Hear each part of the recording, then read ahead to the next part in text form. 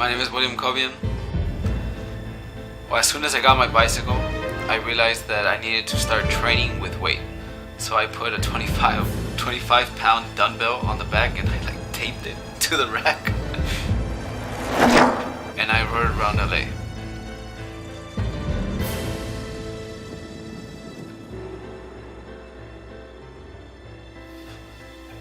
I did about 45 miles with 25 pounds in the bag. So I decided to take my trip to New Orleans, and this guy that I work for says, hey, I'm taking a trip towards Denver, and then from Denver I'm gonna take my Winnebago, his RV, to Florida. And I'm like, oh, that's crazy. So he offered me a ride. He's like, you want to hitch a ride? I'm like, oh, you're going in a different direction. And he's like, well, the option's there, just think about it. I decided to just take him on his offer. So I rode his Winnebago with him from LA to the middle of fucking buttfuck nowhere, Utah. This place called Ridgefield. Literally the middle of Utah. Below Salt Lake City, above Arizona, just the middle of nowhere, Utah. And he just dropped me off there. So I turned around, and then I went to the Grand Canyon.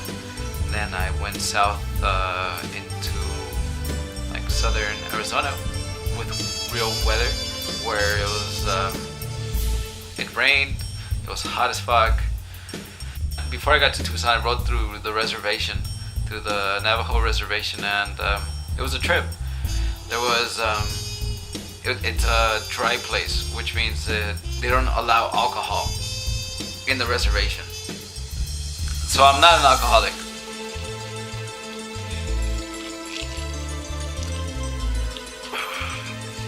But after a long day of riding, you need something to stimulate your muscles, your body, your everything.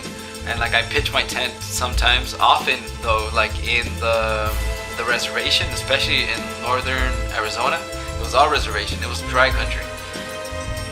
No alcohol, no beer, barely even cigarettes were allowed. They have tribal law. They don't have real cops. They don't have federal cops. They're undereducated. They don't. It's just a really fucked up situation. But they don't allow beer. So I started experiencing traffic. So I'm dodging traffic. I started going to the right because the right feels safer because it's car, road, wall, and a cliff wall. So I was like, all right, this is easy. Until it gets tight, and if it gets tight, I slow down.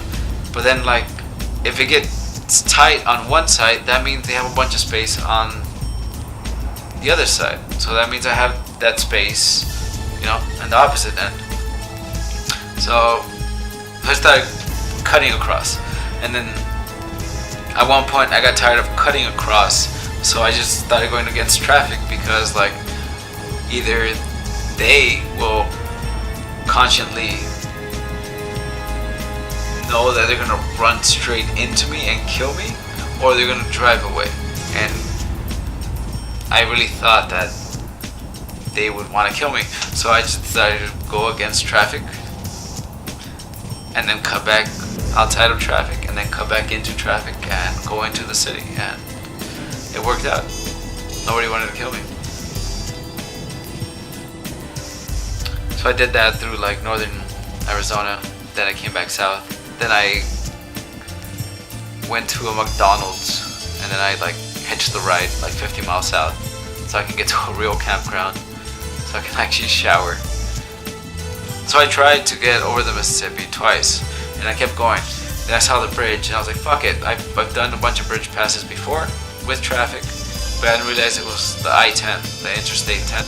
I need directions. How the fuck do you get to downtown? He's like, there's no downtown New Orleans. What do you mean there's no downtown New Orleans? He's like, there's no downtown New Orleans. I was like, alright, so how do I get to Bourbon Street? the avenue that goes through all the really old like cemeteries and stuff, and I go like through the back end that nobody does, like from like north, east, and into New Orleans, and then I end up in this neighborhood that I knew was underwater for a while.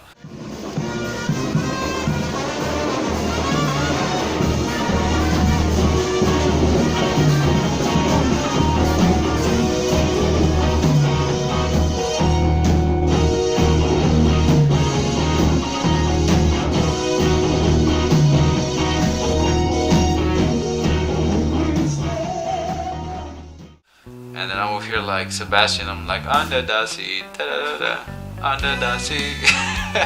Then like I hit up Andy, and I'm like, yo, come outside. Then he comes outside, then we slap hands, and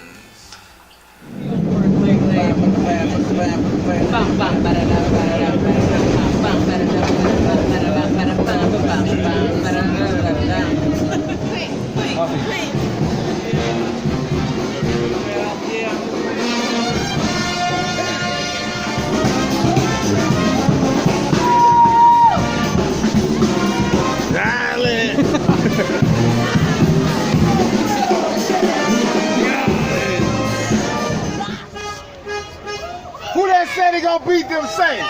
Who that? Who that? Who that said he gonna beat them Saints? Who that? Who that? Nada. blackout for 5 days.